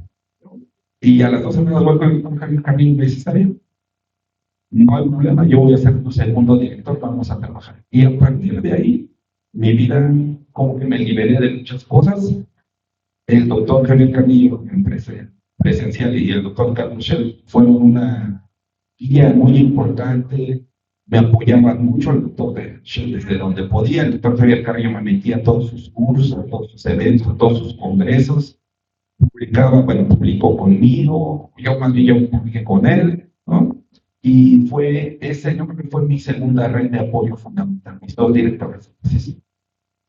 Y ya culmino con esto, mi tercera red de apoyo. Cuando ya tenía toda mi tesis, ya estaba la metodología, ya estaban las organizaciones, me dicen, había una cátedra CELEX que lideraba el doctor Javier Carrillo. Vamos a CELEX, presenta un proyecto y en CELEX me dicen, este proyecto no aplica para la cátedra porque no tiene que ver con la industria. O podría ser, pero no específicamente. A 1 año y medio de terminar mi tesis, ya no tenía empresa. Y entonces mi tercera red de apoyo son mis amigos que hice ahí en el TEC. Me fui a tomar unas cervezas con unos amigos y estando ahí, yo sí andaba cabizbajo, no, tengo este problema. Y me dice, oye, Enrique Gutiérrez, ¿cuál es tu problema? Y me dice, es que no tengo empresas para hacer mi tesis. ¿Y qué vas a hacer? Pues algún modelo de gestión del conocimiento y capital relacionado. Dice, ¿cuántas empresas necesitas? Y digo, pues al menos 3. Y me dice, pues yo tengo 10. Si quieres, entra a mis empresas. Y ahí que lo veo, porque además Enrique era sumamente, o sea, una persona normal, muy, no, no, tú no te la creías que él tuviera 10 empresas. Entonces le digo, ¿tú tienes 10 empresas? Bueno, yo no, mi papá. Pero entra en mis empresas. Es el corporativo del Lenomex, uno de los más fuertes de Monterrey. Y el papá de Enrique es el dueño del Lenomex. Digo, no, Enrique, pues no sabes, me harías un gran favor. Dice, no se diga más. ¿Tienes tiempo ahorita? Ya estábamos. Pues, ya en la noche, digo, no, ahorita no, Enrique, dame chance mañana. Me dice, mañana te espero en mi casa a las 9 llega. Vete a la dirección y platicamos con mi papá. ¿Ven? Me presento a las 9 de la mañana en su casa, me presento, o sea, Enrique, don Enrique, ¿que quieres hacer algo en mis empresas? ¿Nos va a servir o no? Yo, pues la verdad no sé. Pero, pues es el tema de mi doctorado. Y yo espero que sí. No se diga más, eres amigo de Enrique, eres amigo mío. A partir de mañana puedes entrar las veces que quieras a las empresas que quieras, que elige las que quieras y está. No hay problema. Tuve mucha suerte. Yo creo que de algún modo la historia, la complicación que tuve, ¿no? En el doctorado y la suerte que tuve, ¿no? El destino, los amigos que iba haciendo, pues sí me salvaron, ¿no? Y ahora pues estoy aquí con ustedes. Bueno, muchas gracias. Mi historia y creo que ahí están más o menos todas las preguntas. Gracias.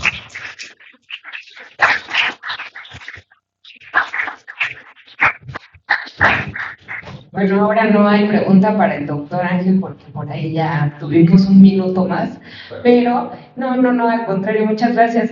Pero sí quisiera brevemente que algunos de ustedes nos pudiera hacer algún comentario, alguna breve experiencia, pero por cuestiones de tiempo, pues sí vamos a pedir que como máximo tengan 2 minutos la persona que nos va a comentar, porque claro que cada uno de ustedes nos pudiera comentar 15 o 20 minutos más, al igual que nuestros invitados del día de hoy, pero bueno, para escuchar a más personas, solamente 2 minutos, por favor. Igual, cuando lleguen a los 2 minutos, les muestro otra vez el folder verde. Entonces, ¿con quién empezamos?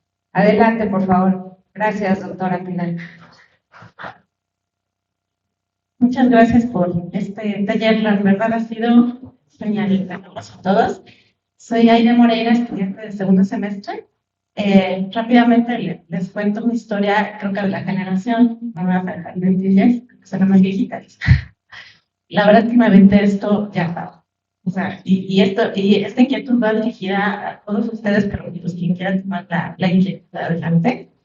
La parte personal. Sí, hablamos mucho de networking, hablamos mucho de la parte académica, investigación, pero ¿qué pasa con la persona cuando estás y vas como mujer? Yo hablo como mujer, que dices, hoy tengo hijos, tengo un esposo, esa pérdida, te quitas tiempo, atención, amor, lo que tú quieras, por estar enfocada en ti.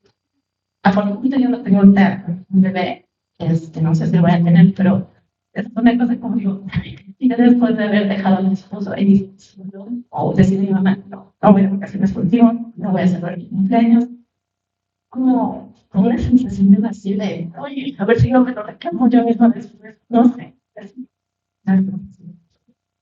Gracias. Escuchamos brevemente algún par de respuestas y después le damos el micrófono a otro participante. ¿Quién quiere participar?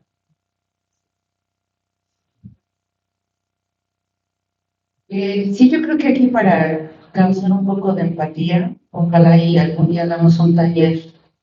Yo le hablo siempre cuando me invitan a las escuelas que hagamos un espacio seguro. Los queremos mucho normalizar. Vemos que ustedes están deconstruidos, pero sí es necesario los espacios seguros. Aide es súper complicado, son miles de culpas, ¿sí? Hay que trabajarlas mucho, hay que entrarle como que a la parte también de los talleres para que tú también se ocupan las técnicas del espejo para que uno diga, ah, caray, pues si no soy la única, ¿sí? Cuando yo te hablo ya pues del tema de la separación y todo ese rollo, yo ya pasé por todo eso que tú pasaste, pero aquí hubo una cereza del pastel y yo ahí es ahí donde yo te entiendo mucho. La verdad es que todavía no lo logro asimilar a partir de la terapia. Y bueno, porque pues yo no puedo dejar de investigar porque para acabarla pues me gusta mucho, ¿no? Yo regreso a mi libertad para que te sientas identificada. Después hacemos un taller, quítate las culpas de una separación muy complicada que no vamos a entrar aquí en detalles. ¿Y qué crees que me pasó? Bueno, es que bueno, ahorita no me estoy amelando porque yo tengo un problema complicadísimo con el intestino por el estrés, ¿verdad? Bueno, a los 6 meses me doy cuenta que a mis 40 años de edad estaba yo embarazada. Y ahí te lo dejo, pero sí trabaja mucho. Yo tengo una chiquita de 5 años. Es una cosa, una dinámica que yo a lo mejor, yo te entiendo perfectamente lo que tú estás sintiendo, pero sí es necesario el acompañamiento ahí. Sí, búscame, lo platicamos y es el expresar eso que tú, porque yo también ahorita estando aquí, pues mi hija está en mi casa y está con la nana y ella la cuida, ella se lleva los momentos felices, pero yo no tengo culpa. Pero a lo mejor en el caso de otra persona, pues sí lo siente, ¿no? Y es porque lo hay que trabajarlo y ver cuál es tu plan de vida, y eso es fundamental, el plan de vida de las personas, para que tú te quites de todo eso y lo logres superar y salgas adelante, pero con un enfoque más con perspectiva de género. Yo creo que eso te va a abrir así como que una mirada muy diferente, muy distinta a como nos la pintan en esta sociedad tan patriarcal. Ay, me encanta este mundo, pero casi no lo uso porque luego pues, causa mucho conflicto.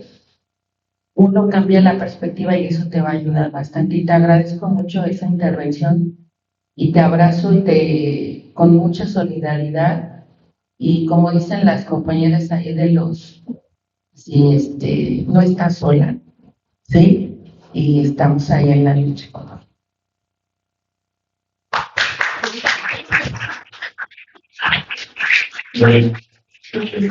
Gracias por la intervención. Siempre es difícil como decir cosas al respecto porque la ciencia es muy patriarcal, es un reflejo de la sociedad, ¿no? Y toda esa mierda que vemos en la sociedad se refleja o se verifica en la ciencia, ¿no? Y nosotros como hombres, yo participo mucho ahora en temas de evaluación y intentamos ser sensibles, no por voluntad de los hombres, intentamos la movilización de las mujeres, y toda esta de construcción del mundo que vimos hace 4 o 5 años más o menos antes de la pandemia. Es súper difícil porque hay muchos procesos, muchas cosas que ustedes pasan que nosotros no entendemos. Incluyo yo que no tenemos que entender más que ser empáticos, pues nos queda escucharlas y dejar. O sea, no sé si soy claro, ¿no? Pero el tema de la maternidad, o sea, ¿no? Y no es porque sea peyorativo, las estoy escribiendo, sino que son, y pasar, que pase el tiempo, ¿no? Lo que le pedimos a los hombres es así, y a las mujeres es así, a la academia. Eso sí nos queda claro como hombres, y nos acomoda muy bien, ¿no? Es terrible, ¿no? Entonces, yo, o sea, me refiero cuando está su parte personal, cuando ustedes tienen que posponer o dejar de lado la maternidad y luego, por ejemplo, ese rol tan importante de mujer como peor que existe, ¿no? Pues tienes que dejar de lado. No entendemos a veces nosotros, ¿no? No entendemos, entonces es súper complicado y esa parte es súper positiva. No sé. No tengo ni idea. Pero, ¿qué significa eso? Sin embargo, gracias, ¿no? Y creo que es algo que tiene que estar en todos estos foros. Y déjenme decirles que los temas de evaluación y los criterios de evaluación de la academia están permeando mucho esas críticas. Ahora están en el centro de la mesa, estamos sobre la mesa, cosa que no estaba hace 5 años. Entonces, ¿qué vamos a hacer? No depende de los hombres, no depende de los hombres, depende también de las mujeres. No es porque yo me quiera desatender, no porque es terrible. Pero no de todas las mujeres, ¿no? Tengo colegas que son más, dicen más tonterías que los hombres al respecto, ¿no? Desafortunadamente, y ahí nos miramos mal, entonces, eso no se parece en nada a lo que me dijo mi novia, mi compañera, que tenía que venir a decir. Y claro, yo quiero dejar esa sensibilidad de que hay muchos procesos que nosotros como hombres no entendemos. No es una excusa, no es una realidad y a partir de ahí tenemos que construir y transformar, creo yo. Entonces, cuando le comentas, lo de las culpas es interesante, ¿o no? Son horribles las culpas, ¿no? Yo he ido a terapia, intenté ir con una terapeuta, pero volví amigo de mi terapeuta y después, como yo le daba terapia a ella, ¿no? Y ayer escribimos juntos cosas, ¿no? Entonces, ¿no? Pero ella sí una cosas que dijo, las culpas generar culpas es una forma de ejercer poder sobre los demás. Y no es sencillo. No es sencillo, ¿no? Muchas gracias. Mañana tenemos un taller sobre las temas a las.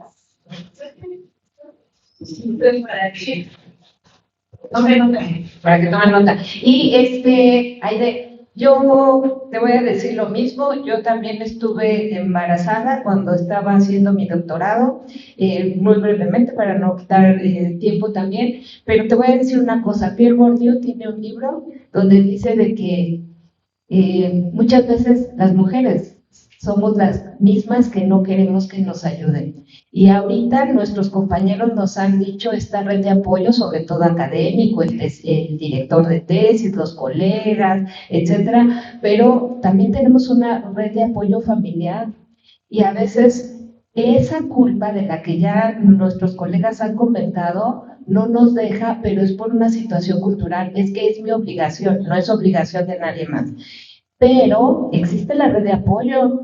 Yo, sin mi mamá, tal vez tampoco hubiera podido ir a un congreso que en Alemania o que en Bolivia.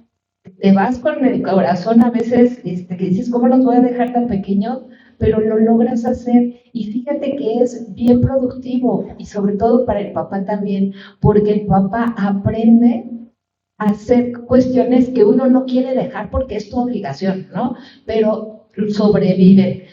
lavará muy mal en la lavadora, no le puso todo el detergente la primera vez, pero aprenden. Y los niños y nuestros hijos aprenden también a convivir con ellos. Entonces, no le tengas miedo a ese apoyo. Yo sin ese apoyo de mi madre, de mi esposo, de mi hermana, tampoco igual hubiera terminado, pero es crecimiento y es que es cultural, es que es la mujer la que tiene que estar, es que es la mujer la que tiene que dar de comer, es que no, también ellos pueden hacer y lo saben hacer muy bien, pero hay que invitarlos y a veces pues no tan invitados, ¿verdad? Pero lo tienen que hacer. Bueno, ya pasé el tiempo, adelante por favor, una última pregunta, yo creo, 2 preguntas nos permiten, adelante por favor. Sí, más que nada un comentario y una experiencia. ¿Tu nombre es? Edgar, de GPI. Yo al respecto tengo una opinión y una experiencia totalmente diferente a lo que comenta el doctor Pedro. Yo cuando entro al doctorado, mi hijo tiene 5 meses, mi esposa sigue trabajando.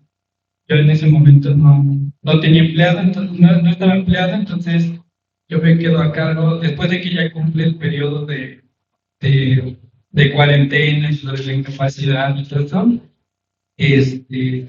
también sufre pues parte de depresión postparto. Prácticamente yo desde que nació mi hijo, yo fui el primero que lo cargué antes que mi esposa, ¿no? Y desde ahí yo lo he cuidado hasta la fecha. Me cuesta porque pues, no es una situación común, pero por ejemplo, mi esposa, yo le doy gracias a la pandemia. Si en la pandemia yo no estuviera en el doctorado, por los tiempos, repito, hace unos días platicaba con mi esposo y me decía, pues ojalá que haya más hombres que ayuden a las mujeres en todos los procesos, ¿no? Entonces, que no es que las ayudes, ¿no? Es que es lo que te toca. En realidad es lo que nos toca hacer. No todos tenemos esa actitud o esa posibilidad o esas ganas de hacerlo, pero hay casos en donde aceptamos esa responsabilidad también.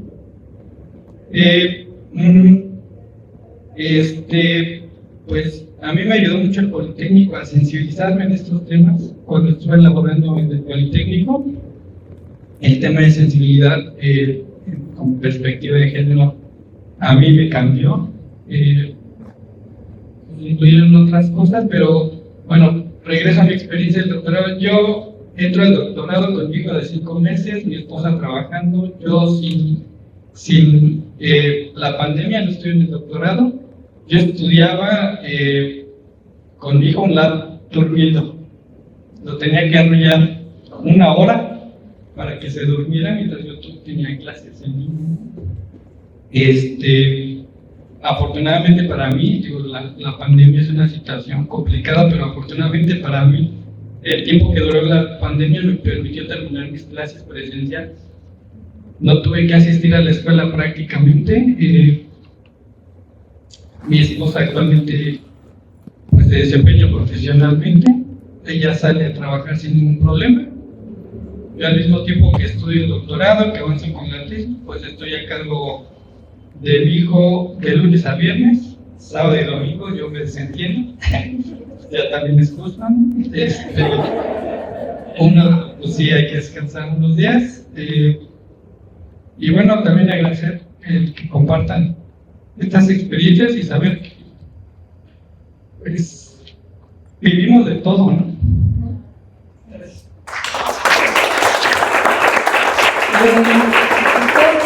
Dos comentarios más de ellos y ya pasaríamos al cierre de este lado. Gracias, buenas tardes, noches ya. Antes que todo agradecerles por exponer sus experiencias porque de alguna manera uno los ve como que los ponen en un pedestal, ¿no? Y dice a veces se les dio porque son brillantes, ¿no? Ya, no. Y ahora pues que expone, pues uno los ve ya también personas como nosotros, ¿no? Dos de los miembros de esa mesa me han visto caer y a poquitos me han visto ya irme levantando. Y es, de pronto la pregunta es, ¿qué se puede hacer para identificar en los estudiantes en este proceso que recalcamos mucho es el solitario, ¿no? Pero a veces es identificar cuando algo no va bien en la persona y reconocernos que más allá de la academia pues también somos personas y que, como les pone el compañero Edgar Rogel, como les pone la compañera, en las familias pueden pasar cosas y eso afecta el rendimiento en la academia. Es ver, de pronto sensibilizarnos a esas preguntas, qué está pasando más allá, y no tengan miedo de contarlo, ¿no? Y es eso, ¿no? ¿Qué podemos hacer? Quizás es eso lo que yo quisiera que nos comentaran. De pronto que abrir esos canales de comunicación, ¿no? Más que la red de apoyo, es como decir, cuénteme qué pasa, ¿no? Porque no es normal de pronto que una persona que llegó ya hasta un doctorado empiece a tener bajo rendimiento. Algo le está pasando, ¿no? Porque si ya recorre un camino hacia atrás, demuestra que sí tuvo las capacidades y algo lo está trancando, ¿no? Entonces de pronto es como identificar eso. A mí algo de ser autodidacta me ayudó, ¿no? Y encontré un libro de David Burns, creo que es su nombre, y se llama Sentirse Bien. Así se llama el libro, y trae unos ejercicios prácticos y una vez no se da cuenta que resetear, o sea, resetear de decir las actividades del día, cómo espero sentirme, cómo realmente me sentí después de hacer la actividad. Algo que también dice mucho es que la motivación llega después de la acción, lo que dice la doctora Claudia es, si uno no se pone en la acción, la motivación no va a llegar. Y eso yo lo que aprendiendo fue autodidacta, ¿no? Pero también tuve que tener esta experiencia en la vida de verme caer, de sentirme con desánimo, de sentir, y lo fui superando.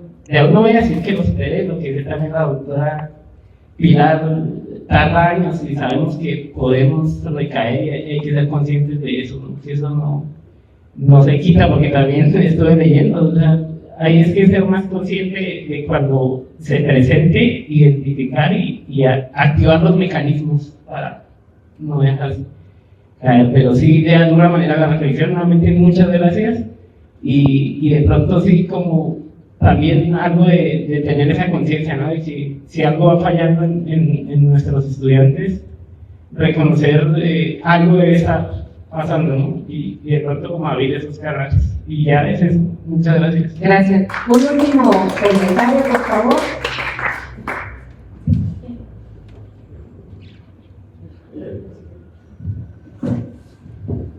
Hola, yo soy Mari Carmen Milán. Yo nada más quiero compartir brevemente mi historia. Yo empecé el doctorado hace 4 años. Estoy a punto de cumplir 60 años, después de 30 años de trabajar.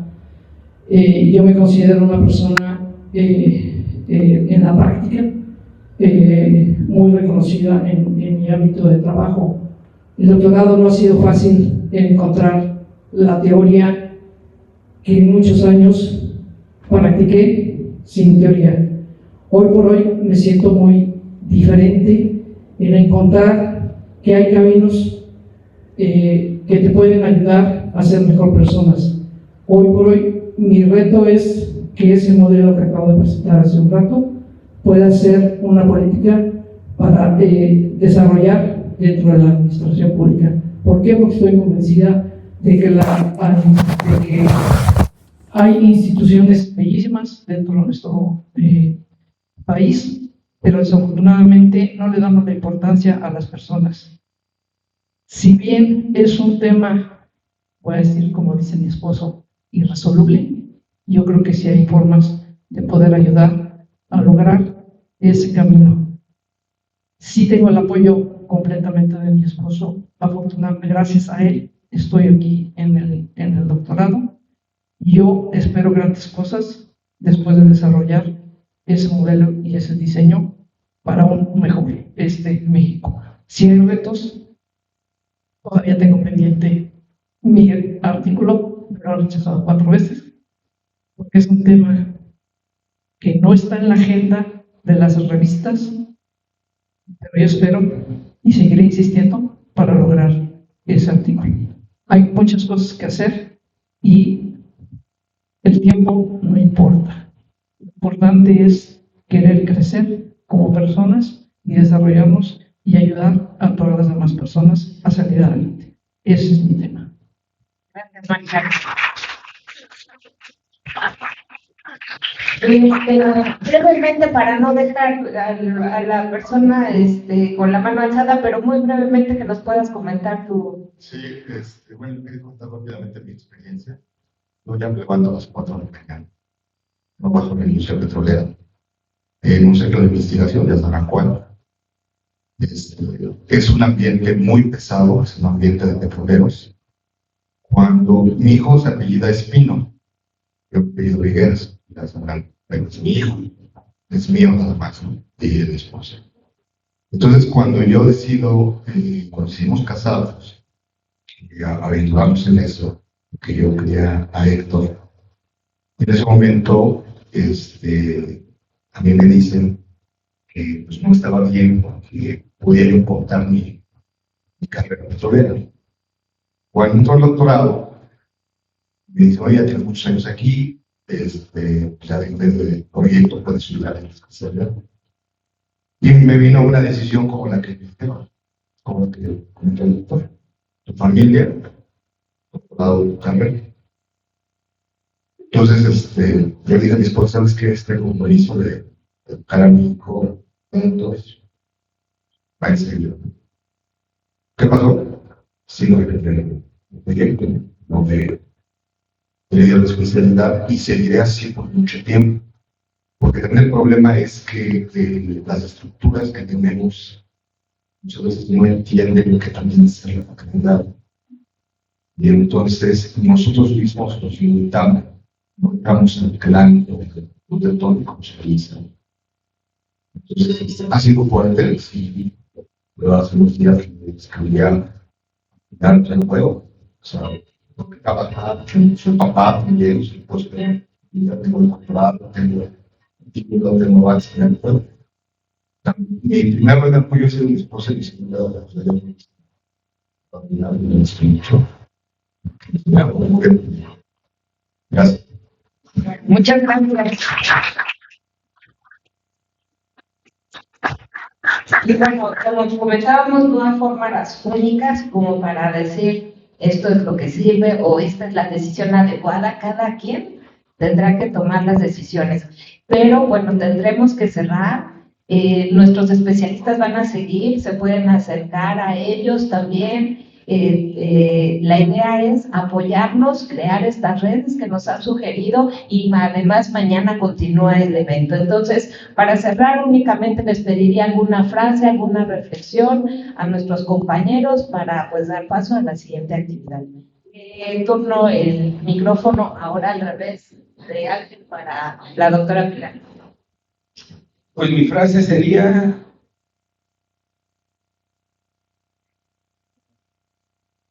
definan sus prioridades, jóvenes.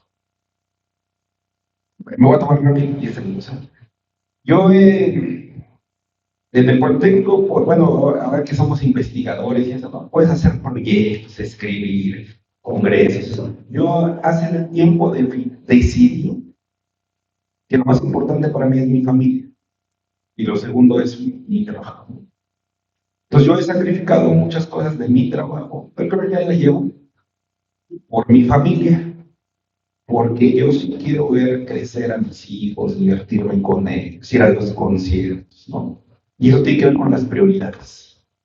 Uno define sus prioridades y en función de esas prioridades, uno va mediando ya su situación. Pero si no hay prioridades, uno va dando tumbos. Yo conozco varias compañeras que sacrifican su familia por su trabajo, ¿no? Y yo asumo, bueno, su prioridad es el trabajo. Pero sí es muy importante que definan sus prioridades. Gracias. Bueno, yo quiero decir que ya comentó la compañera que no hay una fórmula absoluta, no hay una receta de cocina. Con todas las experiencias que ya comentaron los demás, vemos que somos ahí con cosas. Lo que sí reitero, dije hace rato, que en la mesa estamos discutiendo esa sensibilidad de cuando las personas no están bien. A todos nos ha pasado. Y hay una frase que me gusta mucho decir, no sé si hay lugar, que es muy conocida de Pancho Villa, en la toma Zacatecas, ¿no? La de esta, con no se rajen, que más antes más cabrón, ¿no? Están en un periodo de formación, cuando son investigadores, yo tengo periodos al año donde trabajo 2 turnos, ¿no? Estoy a 10 kilómetros aquí, 8 horas de diferencia. El primer turno es con mis hijos, el segundo turno es con la parte administrativa, y no sé, comienza mi segundo turno como a las 9 de la noche hasta las 3, 4 de la mañana, que es la universidad, ¿no? Y ahí pues tenemos el tema de la formación, son prácticas que nos vamos formando, ¿no? Entonces, también esa parte formativa. Yo creo que he visto estudiantes, mujeres que quieren hacer un doctorado y no las aceptan, han probado en las principales universidades de México, porque son madres de hijos adolescentes. Y eso es terrible. Sí, eso es algo terrible y suprime la corresponsabilidad de la que nos ha dado mi compañero, sí, primera técnica, porque todos somos corresponsables con sus compañeras, lo suprimen a veces en la academia, ¿no? Y la compañera que Carlos lleva 4 años, casa a su esposo, esa es una responsabilidad que no, creo yo que está muy normalizada, no está reconocida, pero creo que es importante, es parte de administrar apoyo, ¿no? Entonces, no tienes nada más. Gracias. Sí, yo nada más para cerrar, compañeras y compañeros, no se rindan sin miedo al miedo. Eso es lo que yo he aprendido. Bueno, los emprendedores tienen una cualidad, es el locus de control, esa automotivación. Mi abuela decía, bueno, mi bisabuela decía, ¿le duele, mija? Guárdaselo todo ahí. Se lo dejo.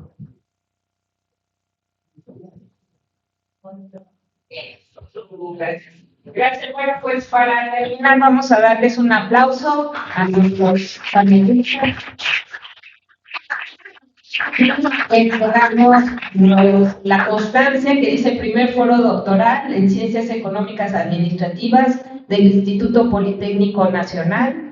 El CIECA, Centro de Investigaciones Económicas Administrativas y Sociales, otorga la constancia a nuestros siguientes especialistas. El doctor Ángel Rivera, muchas gracias.